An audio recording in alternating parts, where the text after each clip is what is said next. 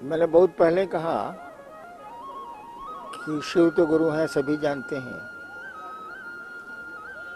लेकिन आप शिव शिष्य नहीं हैं।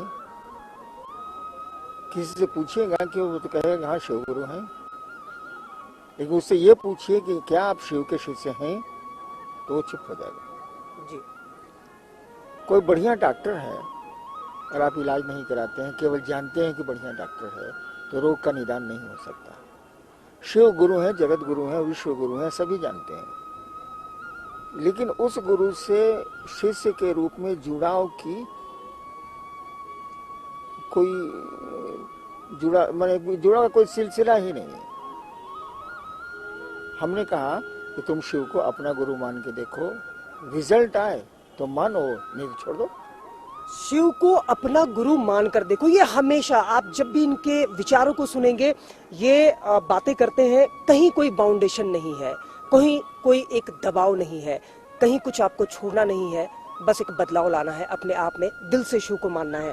एक अधिकारी, इतना पावर, इतना पैसा, सारी सुविधाएं, और फिर ये शिव का साथ, जहां पे हर शब्दों में, हर बातों में शिव आते हैं। क्या एक संदेश आप समाज को देना चाहते हैं? देखिए, गुरु जो है वो अपने शिष्य को अपने जैसा बनाता है।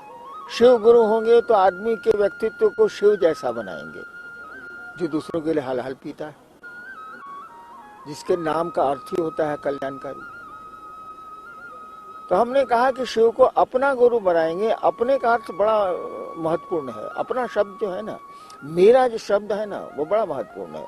हम अपनी चप्पल को नहीं भूलते, अपने पैसे कितने हैं जेब में नहीं भूलते, जबकि वो निर्जीव है, बोल नहीं सकते जी।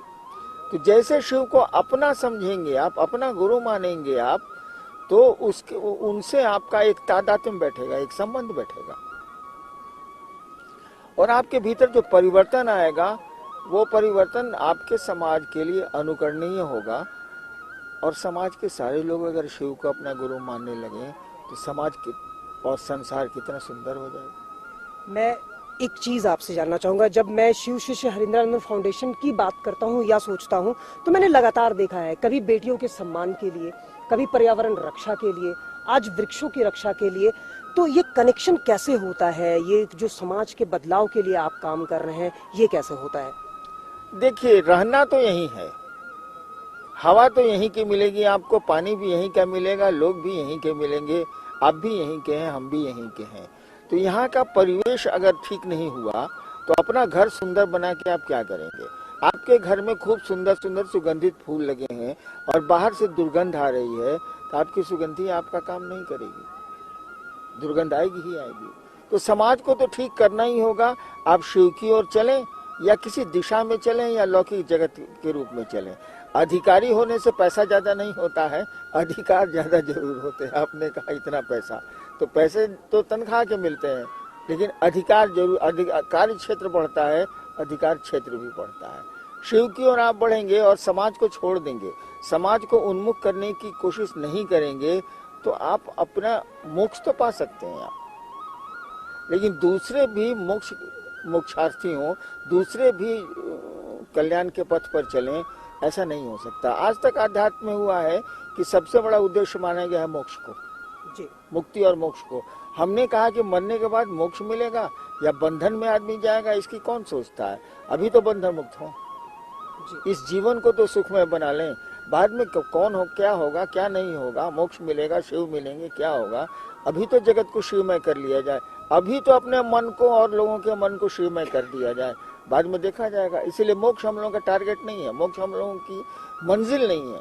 हम लोगों की मंजिल है ये दुनिया, ये लोग, और एक ही हम लोगों का संकल्प नहीं है, कोशिश है हम लोगों की कि आओ चले शिव की ओर। एक सवाल जितने लोग देख रहे हैं वो जरूर जानना चाहेंगे। आपने बेटी के सम्मान की बात कही, आपने वृक्षों की रक्षा की बात कही, और जब इन कार्यक्रमों को हम देखते हैं तो उसमें शिव की बात जरूर होती है। ये कनेक्शन क्यों जरूरी है? ये कनेक्शन क्यों है कि जब हम शिव की चर्चा कर रहे हैं, क्या शिव की चर्चा में इस वृक्ष की बात करनी चाहिए? जब हम शिव की चर्चा कर रहे हैं तो क्या हम बेटियों के सम्मान की बात करें? तो ये कनेक्शन क्या है? अरे, किसी देवता के गण हुए हैं क्या? शिव के तो गण हैं। गणमान्य व्यक्ति। शिव तो डेमोक्रेसी में विश्वास करता है, वो तो गणतंत्र में विश्वास करता है। और लोग ही जब प्रसन्न नहीं है, लोग ही जब शिव की ओर नहीं चल रहे हैं, लोग ही जब दलदल में फंसे हो, तो फिर शिव की बात क्या करनी। शिव तो कहा, एक कविता है कि शिव कहते हैं कि तुम मुझको देवता समझते हो, मैं तुमको मित्र समझता हूं। कविता है कि शिव कहते हैं कि तुम मुझको देवता समझते हो, मैं तुमको मित्र समझता हूं। तो शिव तो मित्रों का ख्याल करेंगे ना, उन्हीं की सृष्टि है, उन्हीं का सब कुछ है। ये वृक्ष हो, जानवर हो, इंसान हो, जो कुछ भी, नदी हो, पहाड़ हो, पेड़ हो, तो जितना सामर्थ्य है उतना तो आदमी कोशिश करेगा है कि चीजें सुंदर हो, प्रकृति आपके अपने अनुरूप हो, जो उसका रूप रंग है वही हो, उसको तोड़ा नहीं जाए, उसको बचाने की कोशिश की जाए जितना बच सके। सड़कें बहुत जरूरी हैं, बननी चाहिए। पेड़ कट रहे हैं, कटेंगे ही कटेंगे, घर बनेंगे, लोग रहते रहेंगे कहाँ, सड़कें हैं, जरूरी हैं, लेकिन उसी अनुपात में वृक्ष लगाए जाए। 3.5% अभी भी झारखंड में पेड़ कम है, तो कम से कम जितना % पूरा होना चाहिए उतना तो पेड़ लगे, उतना तो प्रदूषण बचाया जाए। जितनी कोशिश हो सकती है उतनी तो कोशिश करनी होगी जी। और शिव और समाज को आप अलग क्यों कर रहे हैं? व्यक्ति और शिव को अलग करिएगा तो फिर वही देवता और फिर वही तुम स्वामी हम दासा वाली हाल स्थिति हो जाएगी। वो हमारे घर का है भैया, जैसे हम हैं वैसे वो है। उसको अपना समझने का मान ही हुआ, यह एक अपनत्व का भाव है। समाज और शिव एक ही है, दो थोड़े ही हैं। जो शिव की बात करेगा वो समाज की बात करेगा, जो शिव की बात करेगा वो संसार की बात करेगा। वो तो ऐसे भी गणाधीश्वर है, वैसे भी सारे लोग उसी के हैं। शिव सबके गुरु हैं। एक आखिरी सवाल, इस बूढ़े शरीर में, इस हाड़ मांस वाले शरीर में ऐसा क्या है कि लोग आते हैं, लोग सुनते हैं, अपनी बातों को हमारे साथ साझा करते हैं और फिर शीश झुकाकर यहाँ से बहुत कुछ संदेश लेकर जाते हैं? देखिए भाई, शीश झुकाना जरूरी नहीं है। जरूरी है कि जिस बात को कहा जा रहा है उस बात को समझें लोग, उस बात को करें वो लोग। व्यक्ति महत्वपूर्ण हो सकता है लेकिन शिव जितना महत्वपूर्ण नहीं हो सकता। शिव और समाज एक ही है, शिव और व्यक्ति सब आपस में बिल्कुल बहुत नजदीकी। हमने कहा भी शिव को अपना समझिए। जैसे हमारी आपकी दुनिया तो शिव की दुनिया, शिव की दुनिया में हम रहते हैं। क्या हमारी दुनिया में शिव रहते हैं?